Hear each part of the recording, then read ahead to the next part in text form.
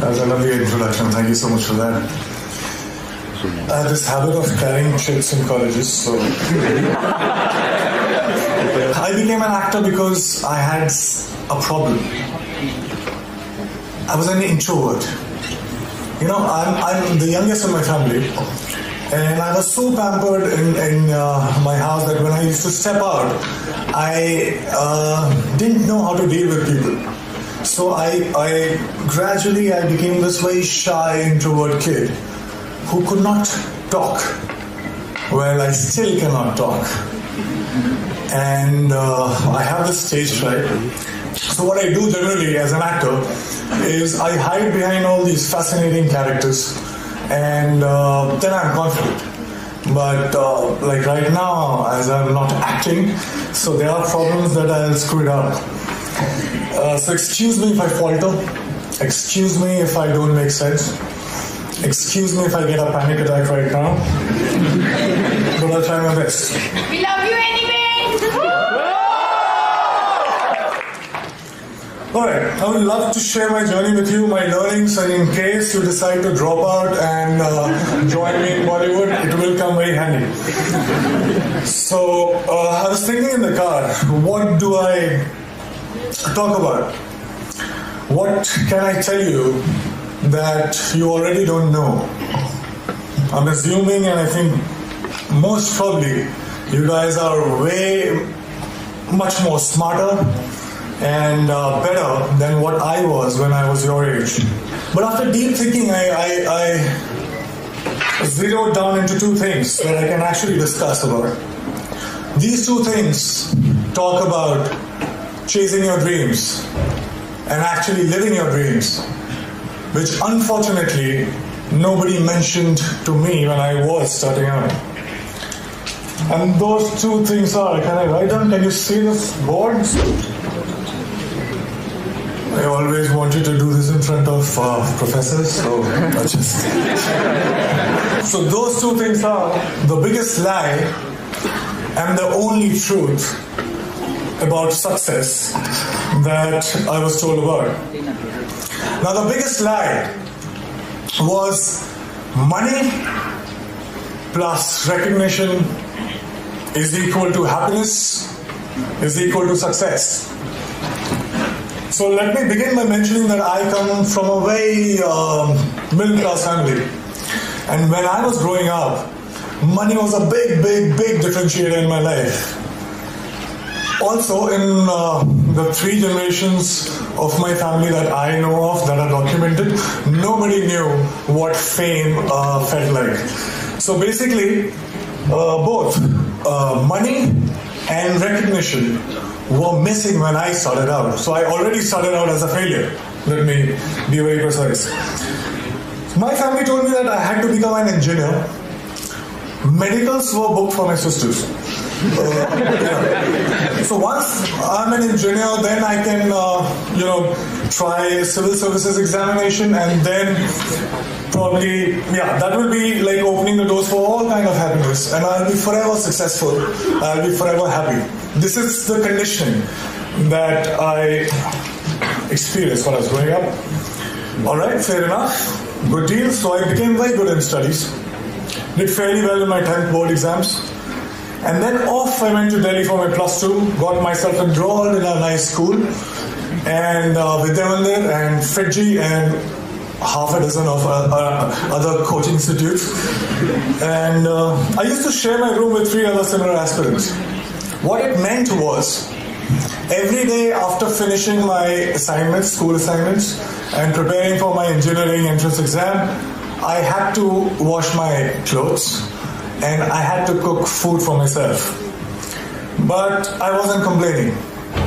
Well, it was worth it, because after all, I was, for the very first time in my life, I was so close to become successful for the first time in my life. So finally I slogged, I got selected for several engineering colleges, and I decided to take admission in Delhi College of Engineering, which is now known as DTU. Thank you. Were you my senior or junior? There was a celebration like this in my family too. I could finally stop for a while and breathe, you know. I was telling myself that, you know what, now you're made it. You should be happy because you're supposed to be happy.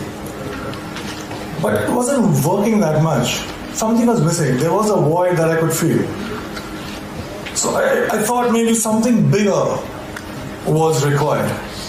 For some reason, incessantly, while the first 18, 19 years of my life, the future me was much happier, much successful than the present me. So I was like, all right, fine. So I was forcing myself. I promised, I started preparing for civil services examination, and I was forcing myself to slog, but I was bored. UPSC exams were still far away. In the meantime, I thought of doing theatre, and I thought to learn dance because to counter the shyness that I still have, and also because there were no girls in my engineering college for some reason. I felt cheated, man. We slog so much, you crack the entrance exam and you find that there are no girls. So, yeah, so somebody told me that there are very good-looking girls in dance schools. So I was like, fine, I'll go there. And once I started with performing arts, I knew one thing for sure. I knew that I quite liked it. And 3 years later, imagine me sitting in the campus and I'm thinking, all right, I'm really interested in performing arts. And all I want to do is to earn money and to be recognized. So if I become a movie star, I actually was very serious and I dropped out of my college in the third year when I was just 2 semesters away from getting the degree, engineering degree. Came to Mumbai, got heavily into theatre and also other skills that I thought were necessary to become an actor. And by the way, this time I stayed with 6 other guys in a single room kitchen, but this time I was prepared for it. This time there was one difference. I was driven. My self-respect was at stake. My ex-college mates, one of them is sitting right here in black shirt, they thought that I was that disaster that folks in engineering and B schools should never become. So I had to prove a point to everybody.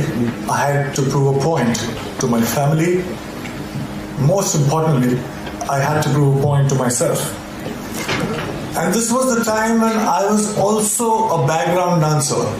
So I was dancing behind all the possible stars that you can think of, Shah Rukh Khan, Shahid Kapoor, everybody. And I was thinking to myself while I was performing, okay, it's just 3 steps away, there I have to get. And everything will be sorted. And I kept going like that.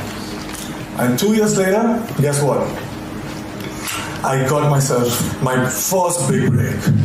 I was selected for a primetime show on the TV. Now hear me out, it was seriously a big break because I started earning. People started recognizing me. To be honest, I would deliberately go and roam in all these malls so that people could look at me, smile, ask for my photograph.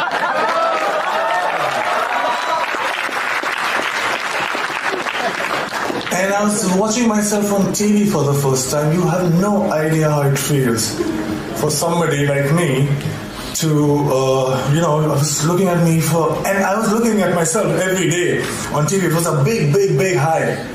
I also suddenly discovered that I actually had many friends. I'm like, whoa, absent all this while, but suddenly they popped up. And the show became popular. I was making good money to a point that money stopped being a differentiator in my life. And I was becoming more and more popular. Now I cannot go to all those malls that I was going all alone. So I wanted somebody to be with me, to save me. I bought myself my first dream house. I bought myself my dream car. And just a note to you as well. I was getting such female attention that my engineering college friends could only possibly dream of.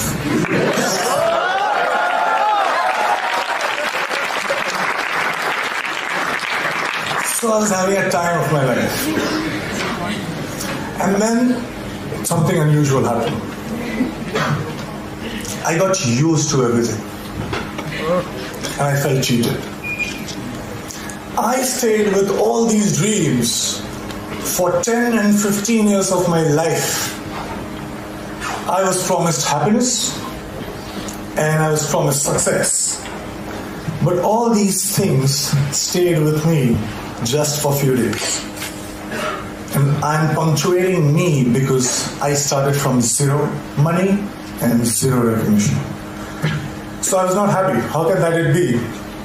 I didn't like this version of success. And the future me again was luring the present me. But this time, I decided otherwise. I would do something else. So that gets us to the second point, which is the only truth. I won't take too much time. I'll just try to keep it short. I figured something. I figured that something, seemingly big things, were not that big once I got them. And looking back in the past, I realized that maybe smaller things were way bigger. And there was one thing that was missing in my life that was the cause of this illusion. And that thing that was missing was now. I was, all these years, I was obsessed about what's going to happen.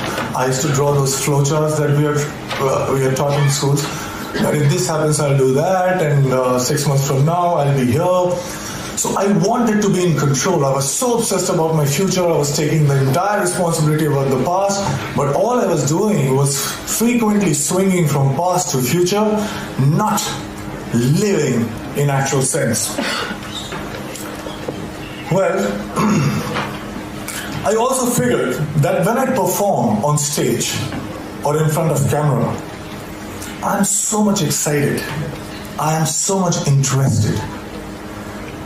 I was paying so much attention that there was no room to think about future or the past. I was just there in the moment. I was alive in true sense when I was performing. And for the first time, trust me, in a long time, I understood the true meaning of success, which was not money plus recognition, but it was now plus excitement.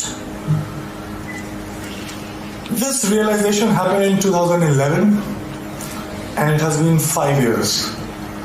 Now let me share another very short story with you. When I was in school, 4 to 5:30 p.m. was the time when I was allowed to go out and play.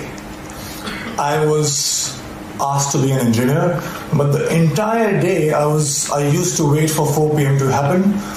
I would step out, and the next 1.5 hours felt like 5 minutes.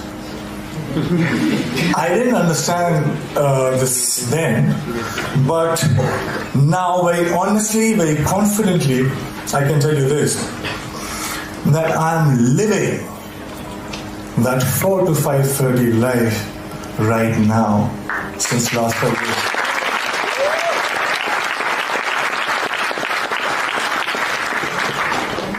Cause and effects are not different.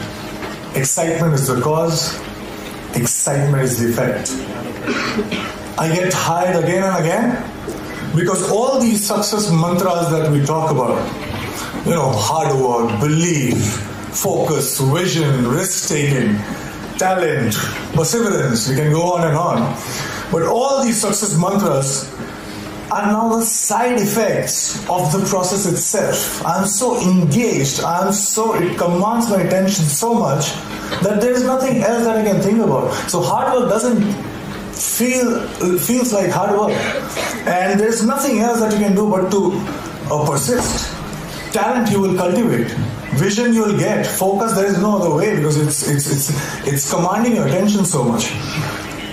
So here I am right now, 5 years down the line, money and fame, although still could not earn back their reputation in my life. But let me assure you one thing, I have much more of them than I had ever planned. And the best thing, my college, one of the professors was very dear to me, called me recently about asking me to plan this interaction with students, and I very humbly requested that can I get my degree back.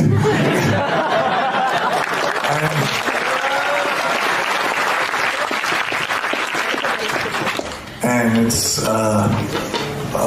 it's happening, and I'm very excited again. Thank you so much, guys.